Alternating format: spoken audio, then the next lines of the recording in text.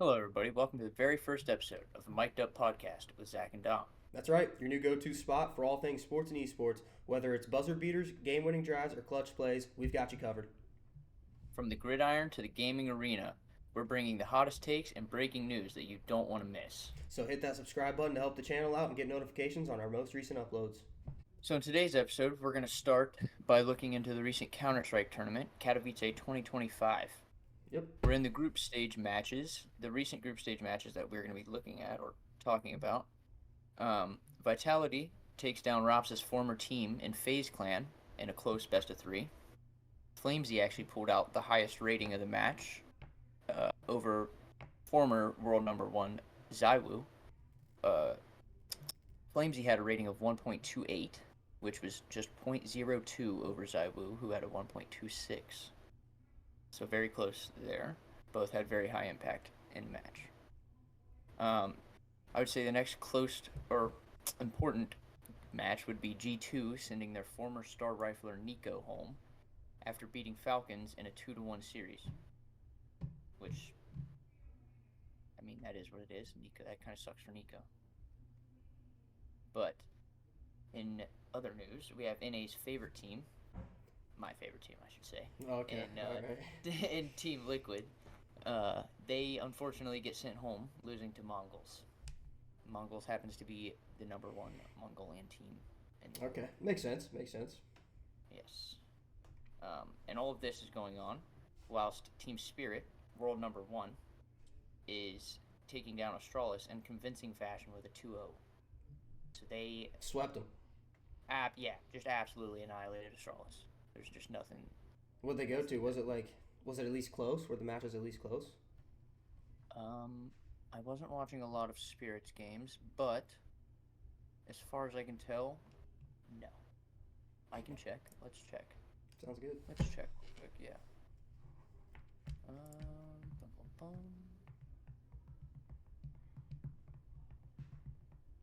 bum.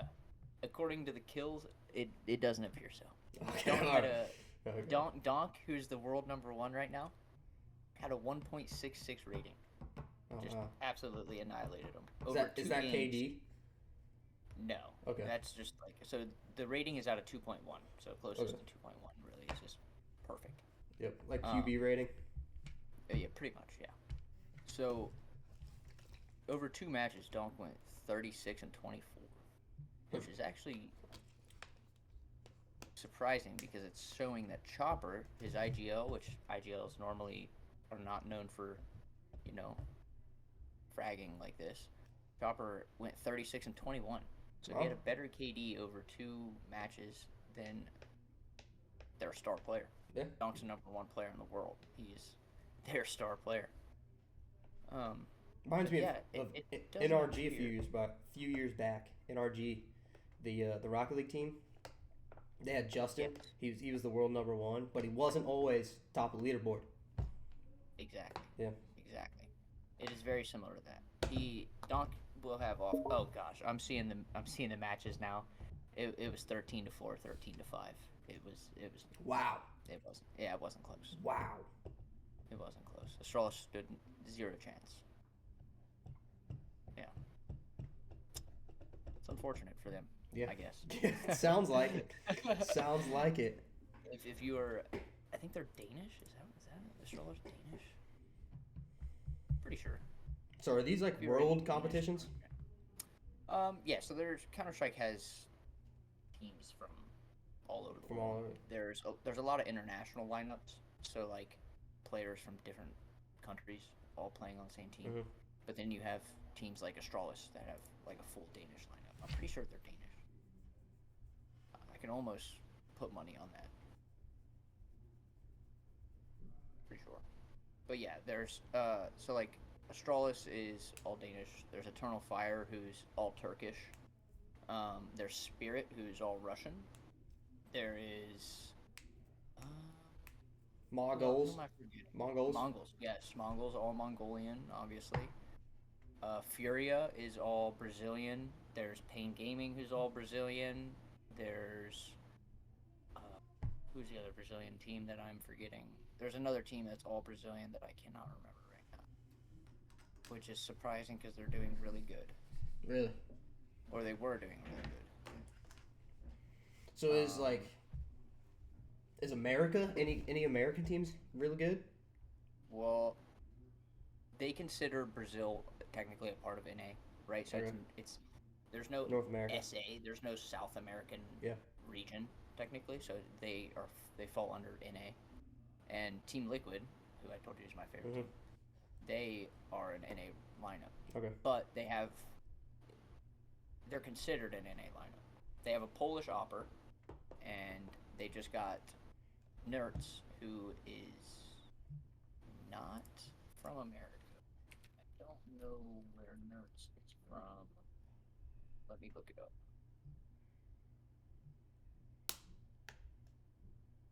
Of course. While you're doing that, Is is there like, do you have to play tournaments in your country to make it to other tournaments, or can you just enter No, you pretty international much tournament? Is there like a like you a like a you country group stage or what? Like for North America, for instance, did in the majors. okay, all In the right, majors. So there's RMRs and they go by different regions. okay, yeah, So that was my question. Like yeah, yeah. you But have a to win your normal region or be a top five team in your region or whatever to make it. yes, Okay. kind of. They have open qualifiers, Mm-hmm. so technically any team can go, Mm-hmm. but it's gonna be those top three, top two teams Yeah. that are just sweeping these north. You know what I mean? Yeah. Um, but Nertz is from Israel and he plays on Liquid now, so Mm. you know Okay. they're not a full North American lineup, obviously, but they are considered NA. Yeah. Um,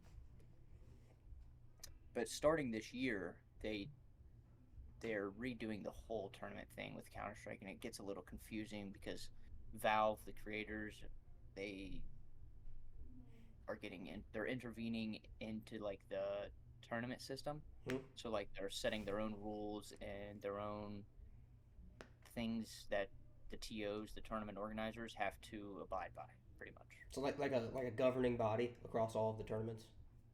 Yes, kind Okay. of.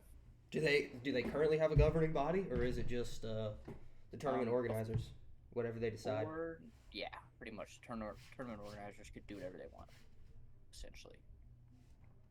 Like I'm pretty sure there was something called a partner organization, which I think is the TOs, the tournament organizers. They talk with the organization, the team orgs, like so Phase Clan Yeah. or Yeah. Yeah. something. You know what I mean? So they talk with them and they give them special benefits or special like amount of money or whatever to come to their tournament to make sure their tournaments whatever. Yeah. Now none of that pretty much somehow none of that exists anymore because the way you get invited to tournaments is through the Valve ranking system, Right. which is new this year. Is it like it's active right now? Yes, Okay. started 2025. Yeah. Okay. It's a little confusing. Yeah. I don't know everything about it. There's still a lot for me to learn, Yep. but I will I will update you the more I know. Sounds good. Sounds good. All right. You, You ready to move to some football? I think so, man. All right. Recent So this news. is your forte. Yeah, recent news. Your 2025 national champions, the Ohio State Buckeyes.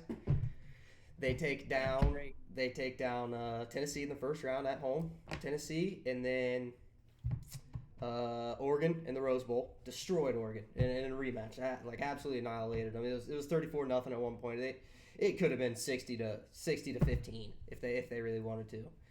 Then they travel to Dallas, Texas, and play Arlington technically, and play the University of Texas Longhorns. Beat them. Right. Beat them. It wasn't like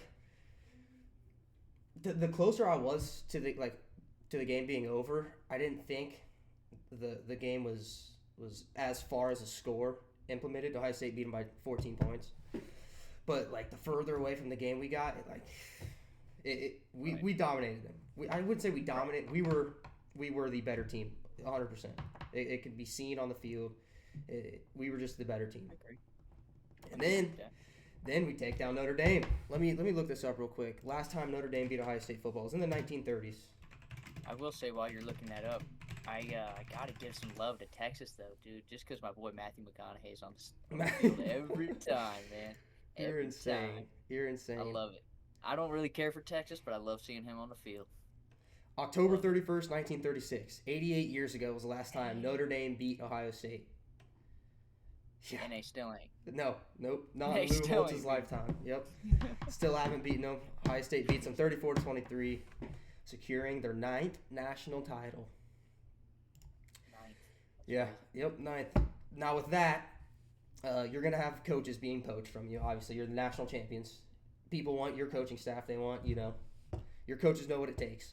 So because of that, we lost Jim Knowles to Penn State, defensive coordinator. He was here for 3 years. We got him from Oklahoma State. He had the number 1 defense, I want to say, in 2021 at Oklahoma State. And time out. Did you say that he's a defensive coordinator? Yeah. Okay. Yep. From where? Oregon? Oklahoma State. Oklahoma. That's where he was before. He's Damn. from Pennsylvania. But he was at Oklahoma State in 2021. That was his last year there. They had the number 1 defense, which is crazy. You're Oklahoma State. You don't get the top guys. You don't get top recruits or anything like that. And this was I want to say the year prior to NIL. It may have been the first year of NIL, but it was before it was a big thing. Before it was what it is now. So it was harder for smaller schools to get big time recruits, which is pretty impressive. He had the number 1 defense. His scheme's really good. We lost him to Penn State. He is now the highest paid coordinator in all of college football history. $3.1 million yearly. A year? Yep. We offered him That'd be nice. We offered him $2.75, $2,750,000. Wouldn't take it. He's a Pennsylvania guy. Whatever. You're the highest paid coordinator ever now. You do you. You brought us a championship. Brought us top 5 defenses every year. We thank you for what you did. But he's in the past now. His replacement. Now, my dad last week, right when it was announced that Jim Knowles was gonna leave, my dad wanted Chris Ash, who is our old defensive coordinator. He coached us for the national title. He was there for the national title run, the first one, 2014. And he left and went to go be the head coach at Rutgers. He didn't do very good. Well, didn't do very good there. Didn't pan out. I was gonna ask what happened to him because you said old. Yeah. You said old. I think he was only there for 2 or 3 seasons. And then they hired another one of our coaches, Greg Schiano, to be their head coach. And he's still there. I'm pretty sure he's still there. Yeah. Yep. Rutgers. But Chris Ash was actually hired by Notre Dame. I want to say 3 or 4 days ago as their defensive coordinator. Going to Notre Dame. So what I think we should do is promote Tim Walton and Larry Johnson as co-defensive coordinators for this year. And I mean, possibly for the next few years, because Larry Johnson, I was telling you the other night, he's the GOAT. He's the best defensive line coach in history. I mean, there's no ifs, ands, or buts. He's produced top draft picks year in, year out. He's going to add 2 more first-rounders this year, probably, and Jack Sawyer and JT. Right. Yeah. He's just producing defensive ends out the ass. Yeah. Tyleek Williams, he's one of our defensive tackles. He's going to go first round this year. So actually make that 3. He's going to produce 3 first-round talent defensive linemen. I don't know if JT's going to go first round, but Tyleek and Jack definitely should. And so yeah, I think they should make them co-defensive coordinators. Just because you're keeping Walton, securing him, Tim Walton. We got him from Jacksonville from Jaguars, NFL job. We got him from the NFL. You're just keeping his job security, keeping him around for a couple more years because he's a guy. I mean, he's not like old. He's probably like 40s, high 40s, low 50s, and he's a dude. Tim Walton. Oh yeah. He's a dude that could be here for 10 years as a defensive coordinator. So you're just keeping him happy, while also you're letting Larry Johnson take a slightly bigger role. I'm sure he'll still work with the defensive linemen, but you're letting Larry Johnson take a slightly bigger role and groom his successor. I'm sure Larry Johnson is going to have a say in who we hire as defensive line coach, assuming Larry Johnson moves up. Yeah. So I'm sure he'll have a say. Yeah. I'm sure he'll have a say, and he'll be able to groom this guy however he wants and get him ready to be his successor. We also lost Justin Fry, our offensive line coach, to the Cardinals. Okay. I was wondering. Justin Fry, prior to yesterday, he's never been an NFL coach. This is the first time. Really? First time going to the league. Yep. He's doing the same job he did here, offensive line. Okay, he's still going to be an O-line coach, but in the NFL. Yeah. His big knock at Ohio State was that he wasn't a great recruiter, but he could develop guys. He could get guys ready to play and get them going, which is perfect. I mean, you don't have to recruit in the NFL. You get guys and you develop them and get them ready to play. That's what he does. Right. He made the base salary of $1 million here at Ohio State. He's making 3.1, I want to say. Same thing as Jim Knowles. But Jim Knowles is still in college, obviously. He's making 3.1 with the Cardinals. Yeah. Tripling your yearly intake of cash. That's just base salary. That's not incentives or anything like that. No, dude. I don't blame him. Again, I don't blame him. You know what I mean? You do you, dude. Yeah. For his replacement, I would like to get Kevin Wilson. Kevin Wilson back in the 2000s, he was an offensive coordinator for Oklahoma under Bob Stoops. Legendary Oklahoma coach Bob Stoops.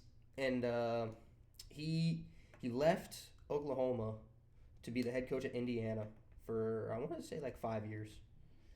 And he wasn't doing too hot in Indiana. Oklahoma to Indiana? Yeah. But he was the offensive coordinator at Oklahoma. He went to Indiana to be their head coach. That makes sense. Yep. That makes way more sense. He wasn't doing too well at Indiana, so we poached him from Indiana and made him our offensive coordinator. And he was here for a good 5 years, I want to say. Another 5-year stint. And then 2022, he left to go be the head coach at Tulsa. He got let go this past November. So right now he's jobless. He's great offensive coordinator, great offensive mind. And he'll bring familiarity because he was here before. He's been here already. He's coached under Brian Day already. His last year was in 2022. So I mean, that's 3 years ago. He knows the system well. I would agree. Yeah. I mean, I would imagine that he would know it pretty well. Yeah. He's been there, what, you said 3 years? Yeah. Yeah. He's been gone for 3 years. He's been gone from Ohio State for 3 years. Only 3 years, though. I mean, he was... See, how long was he there before? How long was he at Ohio State? Yeah, before. 5 years. 5 years? 2017 to 2022, I want to say. He was there for C.J. Stroud. Okay. He was there for C.J. Stroud. And if we don't get Kevin Wilson, because I don't know if he wants to be a position coach, like just a line coach. Because like I said, he's a great offensive mind. He can be an offensive coordinator almost anywhere. I don't know if he will want to. So another option is LaCharles Buckley. LaCharles Buckley was an offensive lineman for Ohio State. And he owns his own training facility for NFL offensive linemen. So he's their trainer and everything. And if he'd ever want to take like an actual real job with a team and be an offensive line coach, we'll gladly take him. He was a great one. Or we can go with Orlando Pace, another great Ohio State offensive lineman. Orlando Pace was here in the 90s, like 97, I want to say. Maybe 95. 95 with Eddie George as our running back. He was a great offensive lineman. Good guy in the NFL, too. He had some good years. Those are my two choices, top choices. Or my 3 top choices, sorry. For replacements? Yeah, yep. Yeah. Today... I don't have any top choices. Yeah, yeah. In the news today... I couldn't name one other coach. February 2nd, we lost Chip Kelly. A couple hours ago, it was announced Chip Kelly would be going to the Raiders to be their new offensive coordinator. He was making $2 million at Ohio State yearly. He signed a 3-year, $6 million deal with Ohio State, so $2 million average salary per year. You mean $6 million with the Raiders? No. He was making. He signed a 3-year, $6 million deal here, which gave him $2 million yearly. Now with the Raiders, he's making $6 million a year. Yeah. Oh wow. Yeah. Tripled his salary again, like you said. Yeah. I mean, and he's in a great position because if their head coach doesn't pan out, you're not going to get mad at Chip Kelly. Chip Kelly was a previous NFL head coach, so he could get promoted. He could go right back up to a head coach. Yeah. A lot of Ohio State fans got mad at Chip Kelly. Yeah, after the Michigan game. Yep. Yeah. Yep. That I do know. Yep.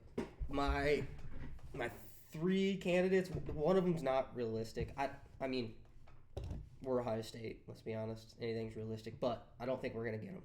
My top one's Kevin Wilson. Same dude I said about offensive line.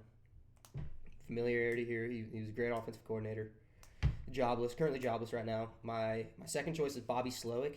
He was the Texans offensive coordinator for the past 2 years. And I mean, you don't really got to know much about the NFL, but like the Texans were pretty good offensively. They had C.J. Stroud, Tank Dell, Stephon Diggs. Like they ran a good offense. Made the playoffs both years. Yes, but they also, they had the players too. Yeah, they 100%. They should have been. Yeah. You know what I mean? Yep. A lot of injuries with them though. A lot of injuries with the Texans. True. Did C.J. Stroud not get injured? No, I don't believe so. He didn't get injured at all this season? I don't think so. Last year he got a concussion, I want to say, and he was out for a couple weeks. I don't remember. I do not remember. I might be thinking of somebody else. Probably not even thinking of nobody. That's all right. That's all right. Remembering something, Yeah, Bobby Slowick. He's never coached at the collegiate level, but I have no doubt that it'll be a smooth transition if he decides to go to the collegiate level.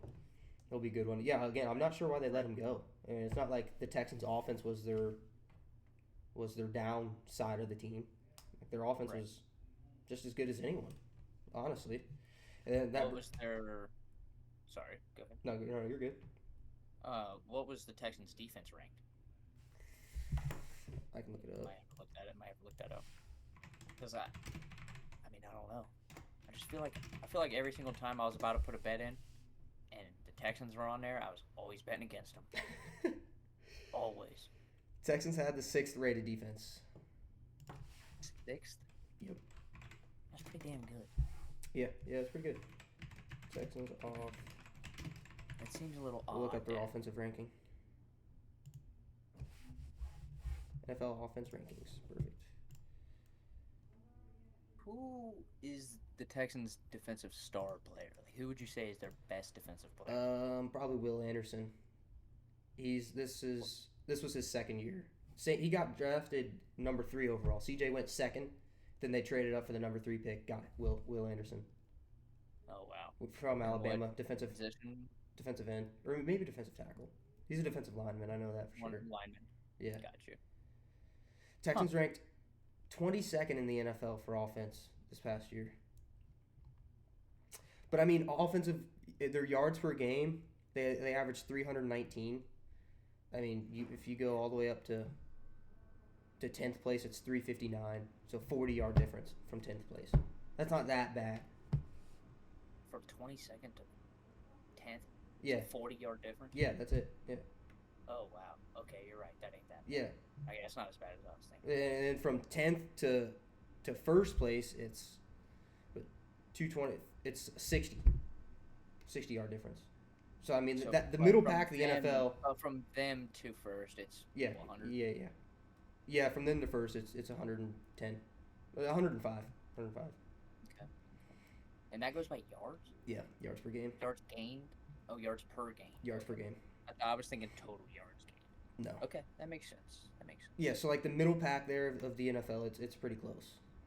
It's pretty close. They scored 38 touchdowns, which is more than 17th place, the Dallas Cowboys, who scored 33. They scored 5 more touchdowns. So again, it's not like their offense was bad.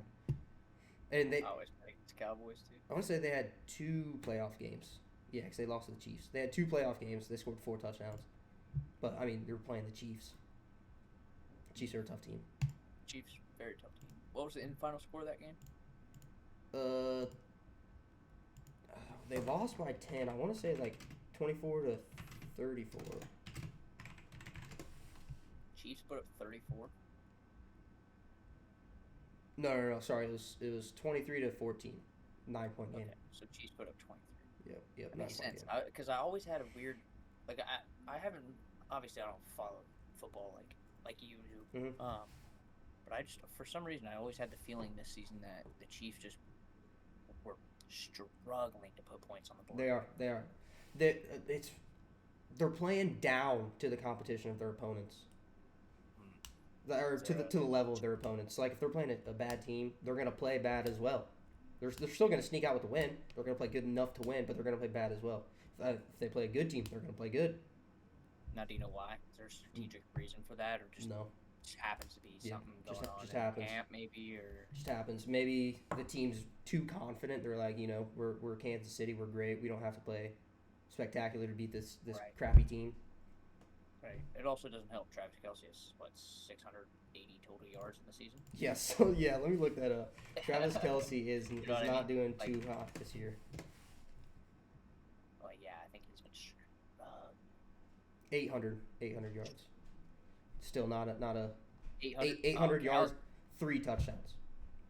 oh, Yeah, 800 yards but 3 touchdowns. So I mean, yeah, yep, that could be where their point problem has been coming from. for sure. They don't really have any good receivers. No ball catchers. Right. It's just And they go too far every year to get good draft picks. yeah, 100%. Right, so it's hard, right? They're getting I'm a surprised that they're getting either the 31 or the 32nd pick for the past 4 or 5 years probably. 3, 4 years, yeah. Yeah. So it's tough for them to do well with the draft. It's absurd. A draft sleeper that I think they could get this year is Travion Henderson. I think he's good enough to be a first rounder. The running back market, teams don't want to spend a first round pick on a running back because most running backs are good 2, 3, 4 years because they get hit a lot. It's a lot of contact. It's a big contact position. Yeah. You get hurt, then you fade out. So teams don't really want to spend a first round draft pick on running backs. But I do think Travion Henderson is a steal, and I think Travion Henderson is a Jahmyr Gibbs type of player, Detroit's running back. He can do everything. He can block. He can catch. He can run. Obviously, he's a great threat to have in the backfield. Since 2013, 12 running backs have been taken in the first round of the NFL draft. Yep. Yeah, that's crazy. I guess I never really looked at it like that. Yeah. I never really considered it. I never noticed. Yeah, that's also why sat down and watched the draft. Like running backs, the market for free agent running backs, they don't get paid a whole lot. They don't get paid a whole lot past the rookie deal. I mean, obviously they're going to get a significant salary boost compared to the rookie deal. But right. I mean, it's not. A lot of the time, they don't make it to a third contract. Like think of Ezekiel Elliott. Zeke was great his first 2-3 years, maybe fourth year. Since then, he's been bouncing around the league. He's not what he once was. If I'm being honest, that's why I think Quinshon Judkins is going to be, because he's big contact guy. He loves running through people. He just looks for contact. That I think is going to be his downfall. Now I just looked this up. Marshawn Lynch played for Seattle for 12 seasons. Yeah. Out of those 12 seasons, how many do you think he was an elite running back? 4. Maybe less. What the 3-4 times they went to the Super Bowl? Yeah. But it wasn't even necessarily their offense taking them to the Super Bowl. That was the Legion of Boom. Yeah, the Legion of Boom was for real. I mean, they had the greatest defense in the league. Yeah. One of the best pairs of cornerbacks and safeties and just secondary. One of the best secondaries ever. If I'm being ever. To grace the field. Yeah. Honestly. Linebackers were great. Like they were stacked. Their offense was good, but their defense, Legion of Boom. Right. I mean, they had receivers. They had Marshawn Lynch. They had Russell Wilson. They had the players. They had dudes. Yeah. That's why they won the Super Bowl. Obviously. Yep. Went twice. Won once. Yeah, that should have been twice. Yeah, they should have just gave it to Marshawn on the goal line. That's what I'm saying. You give it to Marshawn. You guys got another Super Bowl, and Brady's got one less. Exactly. See, that's what I'm worried about. Brady having one less. Yeah. Although if Brady didn't win that Super Bowl, he probably would have stayed another year. He would. Yeah, he would have made it up eventually. Yeah. Maybe he wouldn't have lost to the Eagles or something. Yeah. Yeah. Oh shoot, that's funny. Yeah, looking ahead to next year for Ohio State, they've got to replace a bunch of key positions and coaches. If I'm being honest, I mean, if they somehow squeak out a title next year, that'll be one of the more impressive national titles in recent memory. So I think they're losing. Yeah. They're losing their offensive coordinator, defensive coordinator, offensive line coach, and they're losing their quarterback, national champion, winning quarterback, losing both their running backs, They're losing Emeka Egbuka, receiver. They're losing G. Scott Jr., their tight end. They're losing 2 offensive linemen. They're losing 3 defensive linemen. Losing a safety and either 1 or 2 DBs. And only 3 coaches. Yeah, as of now. I'm sure. Well, Allen Clark, they just lost. He was a assistant defensive lineman coach, but he was a graduate assistant. It wasn't anything big. He left to Texas to be their outside linebacker coach. So, yeah, he wasn't really. I think Texas will be fun to watch next year because they get Arch Manning, right? Yeah, yep, Arch Manning. Week 1 in the shoe, August 30th. Oh, Texas versus Ohio State. That'll be fun to watch. I think he'll be something special to watch. It needs to be a night game. Absolutely needs to be a night game. I love night games. If every game was a night game, I think it'd be alright. Yeah. Well, because you're losing a major influence in recruiting when you do these big noon kickoffs. I mean, recruits don't want to get up at 9 o'clock in the morning. It's a Saturday. Yeah, dude, they're out visiting a school. Last thing they want to do is get up early in the morning to go watch a game that they're going to stand there all day for. Night games, the atmosphere it's unbeatable, especially in the Horseshoe. Now, when recruits are doing like visits and shit to the colleges, and there is a game on that day, do the recruits go on the field? Yep. They're on the sideline. Okay, cool. They're on the sidelines. Cool. Yep. Bring them in. They go to Skull Session too. I don't know if you've ever been to Skull Session. Before 2 hours and 20 minutes before every kickoff, they go to St. John Arena, which is the old basketball arena. It's right across the street from the shoe. They go to St. John Arena, and the football team comes in, the band comes in. They do like a little pep rally before the game. Pretty cool. Recruits come. Recruits come. It's a cool thing. That is pretty. Yep. All right. Now, how are we feeling about the Blue Jackets? Oh, dude, they're exciting to watch this year. That is for sure. They're an exciting team. They're finding a way to win. They have a good GM and they have an actual head coach this year. That's been the problem. The recent 2 head coaches. And we hired Brad Larson right after we got rid of Tortorella, and Brad Larson was our power play coach. I don't know if you know this, but our power play was ranked dead last when he was our power play coach. Did we score a single goal on power plays? Yeah, we scored. Yeah, okay. But we were dead last in the league. Would have been funny if he just never scored.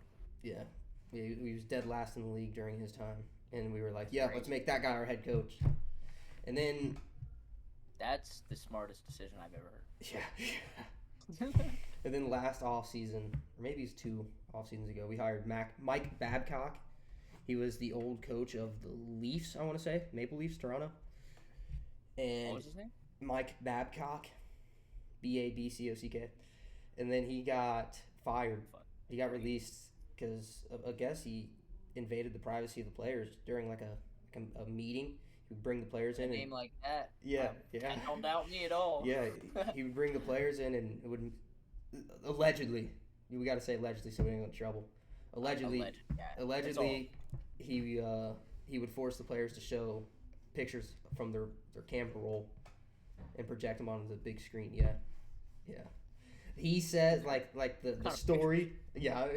The story that came out was that it was like, teach me about yourself. Show me pictures of your kids, your dogs, your family. Right. But I mean, he did get fired. He did get let go. So wouldn't have got fired. It was only dogs. Yeah. So he did get let go. Crazy. Yeah. We have an actual head coach this year, and it's nice. He was, I want to say, he was a head coach for the Wild before. Let me look this up. Let me find a link. Never even heard of the Wild. Where are they from? Minnesota. Minnesota Wild. Actually, I have heard that. Yeah, he previously served as the head coach of the Minnesota Wild. Yeah. Yeah, so we have an actual head coach. I wonder what his coaching record is, like NHL. Like all time? Yeah, NHL. Here we go. With Minnesota, he went. This is during COVID. They played 56 games. He went 35, 16, and 5 overtime losses. They made the playoffs every year he was there. 2021, he went 53, 22, and 7. And then last season, he went or no, sorry, 2 seasons ago he went 46, 25, and 11. I mean, in 2021 and 2022, they got over 100 points each time. I think the Jackets have only done that one time in franchise history, which was 2016 when we went on our 16-game winning streak. With Bob? Yeah. Yeah. Yeah. Love Bob. Love me some Bob. Yes, sir. Yes, sir. Bobrovsky. Sucks he didn't want to be here. But then his last season with the Minnesota Wild, he started off 5, 10, and 4. And then he got let go. Huh. But I mean, he seems to be doing all right. Yeah, he's been good for us this year. The currently they're number 1 in wild card standings. They are 2 games. They've played 2 more games than the Lightning, who are in second place. But it's the top 2 wild card teams make it in points. Well, we have 59 points in 53 games. The Lightning have 58 points in 51 games. So 1 less point, 2 less games. But you look at the third place team, which is the Boston Bruins. They've played 1 more game than us, and they have 1 point less. So, I mean, we're not in any danger of missing out or anything, but it's going to be a close race, that's for sure. That is for sure. So really, what would have to happen for the Jackets to not get that wild card spot? There's still 30 games left. 29 for the Jackets, yeah. Oh. Yeah. Oh. So we just got to win more than we lose. And in our losses, we got to make sure that we lose in overtime. Because you get 1 point for an overtime loss, 2 points for a win, 1 point overtime loss, 0 for a loss. So we want to make sure if we lose, it's in overtime, not in regulation like they did tonight. They lost 5-3 to Stars tonight, the Dallas Stars. Yep, but it's all right. Stars doing any good? Stars. Yeah. Stars have been good for quite a bit. I want to say like their past 2 or 3 years they've been pretty good. Right now, the Stars are second in the Western Conference. They're second in points. First place is Winnipeg with 77 points. Second place is Dallas with 69. So 8 whole points lower than first place. Yeah. First place is taking off and running. 8 points. Yep. And how many games? 1. What do you mean? No. You said... No, you get 2 points for a win. So they have 4 more wins. Yeah. Okay, so they have 4 more wins and 8 more points. Yeah. Well, technically 3 more wins, 2 more overtime losses. Okay. So 3 wins equals 6 points, and then 2 more overtime losses. That's kind of what I was asking. So that's 5 games, technically. Yeah. Okay. Kind of what I guess. Kind of what I was asking. I don't really know. That's all right. Winnipeg has played 2 more games though. So I mean, if Dallas, maybe that's what I was asking. Winnipeg's played 54, Dallas has played 52. Up 8 points. Yeah. So say Dallas wins their next 2 games, that puts them 4 points behind. Wondering. Yeah, that's what I was if Dallas were to win their next 2 games, that puts them 4 points behind Winnipeg. So I mean, it's not like it's not unreachable for them. They can definitely lock up the 1 seed in the West. That would be something, huh? Yeah. But it was a 3-4 game when I looked with I think 8 minutes to go in the third, in the last period. So I mean, we were competitive. We were competing. Yeah. At least it wasn't a blowout. Yeah. Final was 5-3. Yeah, 5-3. We probably pulled our goalie, and they got an empty netter. If I had to guess. Yeah, that makes sense. UFC 312, February 8th, Saturday. This upcoming Saturday. Oh. Dricus du Plessis, the middleweight champion, faces Sean Strickland. Sean Strickland he's training with Alex Pereira. You know Pereira. Yeah. I know all 3 of these fighters. Yep. He's training with Alex Pereira, and Pereira's going to be in his corner, I guess. Oh, he's going to be in the corner working with Sean Strickland. Yeah. They fought each other. They used to not like each other. I know. I know. Yeah, they've been training together, and they're I guess they're buddies now. Dang. Yeah. I mean, that's cool, I guess. Dricus won. Dricus probably. Sean Strickland got. I don't want to say lucky. I don't want to say he got lucky against Adesanya when he beat him for the title, but I mean Adesanya, he's not doing too hot right now. So it could have been the downfall of Adesanya. I don't want to discredit Strickland and say he got lucky when Adesanya's on a downfall. So just right opponent, right time for Strickland. Then he went to defend the title and lost it to du Plessis. Right. Yeah, and then This is the rematch. I knew I yeah, knew it was this is the rematch. I'm pretty sure this is, okay. but I think he Now, let me. I'm pretty sure there was a fight in between these two fights. Like he Dreykus beat Strickland, beat someone else, then he's facing Strickland. Okay, yeah. So Dreykus fought Strickland January 20th of last year, that's right. I knew it was and then he fought Adesanya in August of last year, won that, and now he's fighting Strickland again. Now, did Sean Strickland have a fight in between? Because I feel like he should. Yes, Paulo Costa. Okay. He And beat won Paulo that Costa. convincingly? Yeah. Okay. Yeah, I'm pretty sure it was unanimous decision. Split decision. Oh. It should have been no, it should have been unanimous. Oh, okay. It should have been 50 to 45 across the board, all three judges for Strickland. It wasn't. One of the judges had it for Paulo Costa, it was crazy. Yeah, it's black. Yeah, that was crazy. Um, Zhang Wei Li, I don't know if you've ever heard of her. She's the Chinese woman. She's the champion. I might have seen her or heard her. Yeah, for sure, for sure. Zhang Wei Li, yeah, she's defending her title against Tatiana Suarez. I'm pretty sure. Yeah, I'm pretty sure Zhang Wei Li will win, pretty convincingly fashion. I mean, no one is up to Wei Li's level, if I'm being honest. I mean, that makes sense to me. So DDP Strickland. I got a good DDP on that as well. Yeah, I do too. Right, like just even their last matchup, just Sean didn't show me anything to convince me. No. To be honest. No. UFC 313. That's next month. That's next month sometime. It's probably what's this 2025? Yeah, it's probably the same day. Honestly, it's probably March 8th. Because I'm pretty sure UFC does their events 4 weeks apart. They're big events. They're numbered events. They do them 4 weeks apart. And February's only got 28 days, 4 weeks perfectly. So I think it'll be March 8th. But Pereira's fighting Ankalaev. Magomed Ankalaev. He's a wrestler. Yeah, well, most of them are. Yeah. Yeah. Pereira's a kickboxer. Dude, Pereira, he's insane. Pereira is so scary. On the undercard, the co-main is Justin Gaethje against Dan Hooker. That'll be a good fight. That'll be a real good fight.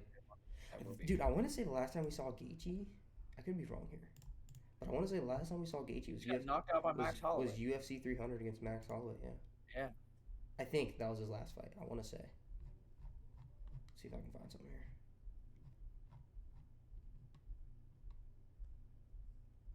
I mean, that makes sense. Yeah. He got knocked out. Yeah, last fight, Max Holloway. Knocked out in the 5th round at 4:59. 1 second to dude. That I remember watching that. Yeah, I remember when we were watching. Dude, that was insane. That was insane. It's great. So yeah, Justin Gaethje against Dan Hooker. That'll be a good one. Yeah, I agree. But it's also smart for Gaethje to not fight. Yeah. Another fight in between that. Yeah. Got dropped hard. Like it was dangerous too. Take some time off. You know. Yeah, for sure. Recover. Get your body right. Get your mind right. Yep. I want to show this clip real quick. I bet on this last week. So it was number 3 Iowa State on the road playing unranked Arizona college basketball. I bet on Iowa State to win because I was like number 3 team. They were the underdog. Iowa State was. It's like the number 3 team. Iowa? Yeah, Iowa State. Yeah, they were underdogs. Crazy. To an unranked Arizona. Yeah, I was like, dude, this is the number 3 team in the nation. Why are they underdogs? I'm gonna show you why. Hey, did you capitalize? Did you win your bet? No. No. Wait till you see this. That's a bit unfortunate. All right, let's see what we'll work with here.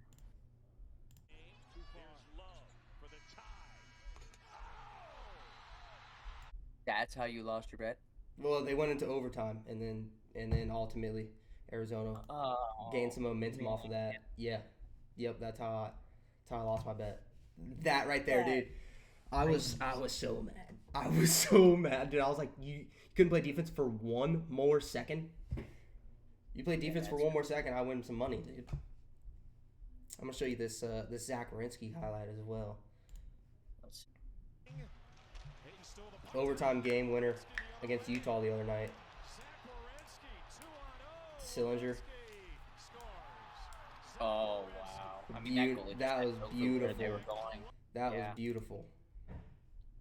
yeah.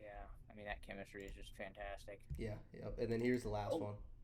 get to see a fight. Let's see it. This is Imavov and Adesanya. Yep. Oh. Oh. People were arguing that it was an early stoppage, which No, I don't think that was nervous. I mean, I could see an argument for both. I do think Go Adesanya. back. Go back a little bit. Go back a little bit in that video. Go like while he's on the ground. Let's see. I want to see how defenseless he is. I can slow this down a little bit. Yeah, try that. Try playback speed. Do half. Yeah. Let's see here. Let's see. I see both arguments. Their defenseless. You see, he's not covering his face. He's Yeah. just allowing himself to get Yeah. pounced. And his arms are up like this. He's not like down covering. He's up. Yeah. I think, yeah. Honestly, I think that's a good stop. Yeah. Like I think said, I could see both. I could see both ways. I'm not a ref. Yeah, you could argue that Adesanya would have just sat there and gotten hit more. Yeah, But yeah, they would all rather yeah, go out getting knocked out Yeah. than a stoppage. yeah. But as soon as the ref calls it and Imavov hops off, Adesanya gets up like at it. He's ready to go. He didn't think the ref called it at the time because he's face down like that. So he just thinks this guy got up, letting him up, or he's moving to a different position. So he stood right up, he sprung right up, and he was ready to go. So that's where I see people that would say early stoppage. But I mean, he could have very well just sat there and got plowed for the next. He could have just got plowed till he got knocked out, for real. Yeah, exactly. And then at that point, it's dangerous. Yeah, So it is. Yeah. I think the ref did the right job. Yep. Made the right call. Super Bowl Sunday is this upcoming Sunday. Let me see what the exact date is. I want to say it's the 9th. 9th. Yep. It's the 9th. Yep, February 9th. We were just talking about UFC being on the 8th. Yep. Saturday. Yep. I wonder. I'm sure the Chiefs are favored. I want to know what the spread is. Who do you got? While I'm looking this up. You know I got the Eagles. Eagles. You know I got the Eagles. No. Well, who do you think will win? I know you want to win. Who do you think? I genuinely think it's rigged and the Chiefs are gonna win. But we gotta go Eagles. Chiefs are 1.5 point favorites. My money will be on the Eagles. Wow. It will be. I can't bet against the Chiefs. I'm putting some money on the Chiefs. I can't. It's hard for me to. But God, I can't see them win 3 in a row, man. Dude, I just can't. I can't let it.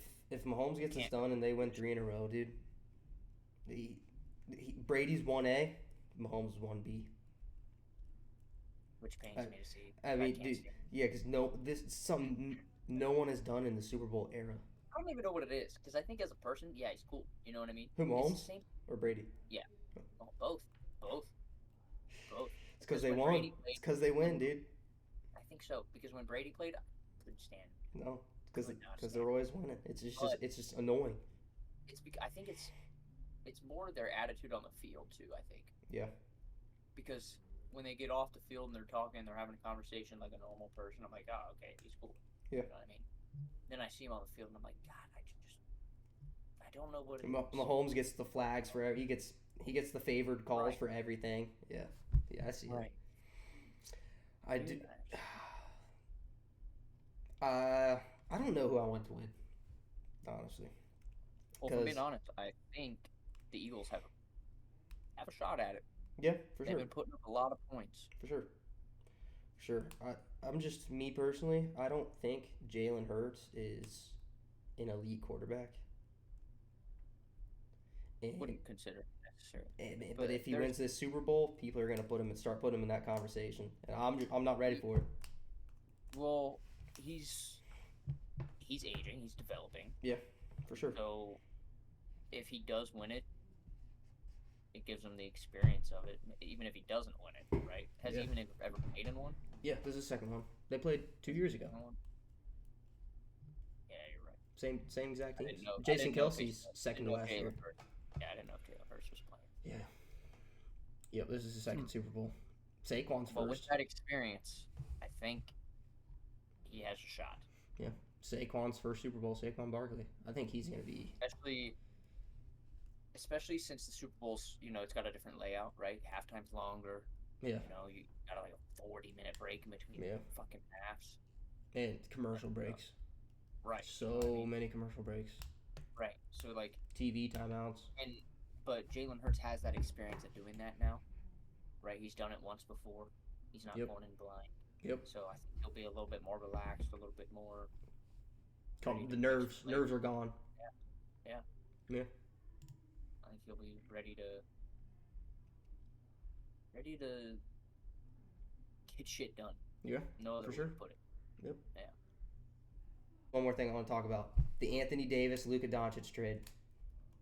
Oh, I did hear about Luka. Because I was gonna get into it's once a week, scheduled every week. But if there's big news, we'll make a breaking news pod, something like that. And that's what it reminded me of. Yeah, that's what it reminded me of. Last night, Luka Doncic gets traded to the Los Angeles Lakers for Anthony Davis and a first-round pick, 2029. There are other players involved. Maxi Kleber, the Lakers get from. I don't know if it was. It was a 3-team trade. I don't know if it was the third team or the Mavericks that Kleber came from. But he's a 6'10" power forward, 240 pounds. He can play the center for the Lakers. The Lakers need a center. They also need a power forward, but they really need a center. So that can be their center. In the meantime, the trade deadline is Thursday, so I'm sure some more moves will be made and whatnot. But I mean, if they don't get a true center big man, then looks like they're rocking with Kleber for the rest of the year. Now, how do you think that'll impact LeBron's ability to win games? I think it'll help. Having star players like that. I think it'll help. You think he's got a chance to go win another title? Yeah. If you put LeBron on a team, they're always championship contenders. I mean, let's be honest. He's won a title with every team he's been with. And but he's also had a lot of weapons around him helping. Yeah, to an extent, yeah. Right, Chris Bosh, Dwayne Wade, and the Heat. Chris Bosh wasn't in his prime, but neither was Wade. Wade's knees were cooked at the time. They had enough skill to help him. Yeah, right? sure. But then they went back to the Cavs and they had Kyrie for a little while, and then. Yep. You know what I mean? Now he's at the Lakers. And yep. Dude, the 2015 NBA Finals would be one of the biggest what ifs ever because Kevin Love was hurt and Kyrie got hurt either in Game 1 or after Game 1. He had Kyrie for one game, and he still took the Warriors to six games. And then the next year, we all know what happened. Came back being down 3-1 and win it. So it makes you think what would have happened in 2015 if Cavs had a healthy Kyrie and a healthy Kevin Love. It sounded like you almost said half-eaten. I did, yeah. That was yeah. Healthy Kevin Love? That's what you said? Yeah, healthy Kevin Love and Kyrie Irving, yeah. What position is Kevin Love? Power forward. But shit about basketball. It's all right. With the Lakers getting Luka, they have I don't want to say they finally have a true point guard, but they do have a really good true point guard. Because Luka can play the point. Yeah, or a star player. Yeah, Luka can play the point. Right. Yep. And then Austin Reeves can play the 2, shooting guard, or flip flop. Austin Reeves plays the 1 and Luka plays the 2. Whatever. LeBron at the 3. It's probably, I think, Rui Hachimura is their starting 4, their power forward, and then Maxi Kleber can play the 5. Now Dallas, I'm gonna look up their projected starting lineup because they'll have Kyrie playing the 1, Klay Thompson playing the 2, playing shooting guard. Explain to me what these numbers are. 1 is point guard, 2 shooting guard, 3 is small forward, 4 is power forward, 5 is center. Just smallest to biggest. Think about it like that. Okay. I've never heard that before in my life. That's crazy. Yeah. Didn't know that was a thing. Yeah, so they'll have Kyrie Irving at the 1, Klay at the 2, PJ Washington at the 3, which I mean he's a little old, but he can get the job done. Anthony Davis at the 4. That's where Anthony Davis played during his prime, like with New Orleans, the Pelicans. When he became a big household name, that's where he was playing power forward. And then with the Lakers, he started playing center. And then Daniel Gafford is their center. So I mean, they'll have a good lineup. It'll Sure. be all right. Yeah. I think. I don't know. They could definitely make a run. But I don't want to say they're better without Luka, but their team is they're more well rounded now. Definitely more well rounded. cool. Yeah. So it's a win-win kind of trade. Yeah. Potentially. But yeah, Depending on how potentially. Luka plays that. Yeah, obviously people are gonna say Lakers won that by getting Luka Doncic. He's a 25-year-old. He's good. Anthony Davis is in his 30s, I think. But I mean, like I said, Dallas is more well rounded now. So. Yeah. Yep. All right. All right. Sounds good. That's crazy. I'm telling you, man, basketball, that should get confusing. Yeah, for sure. I mean, I say that, but I could tell you where to aim your crosshair on the map to throw a smoke in CounterStrike. Yep. All right. Well, if you don't have anything more to talk about, I'm cool. I think I'm out of topics for today. All right, sounds good. Thank you guys for watching episode 1 of the Mic'd Up Podcast. Don't forget to subscribe and turn on notifications so you can see when we post. And always, yeah, there will be recent events to talk about. Yeah. Oh, every week. Always. We're gonna do it once a week. Just let the sports news pile up during the week and hit it all. And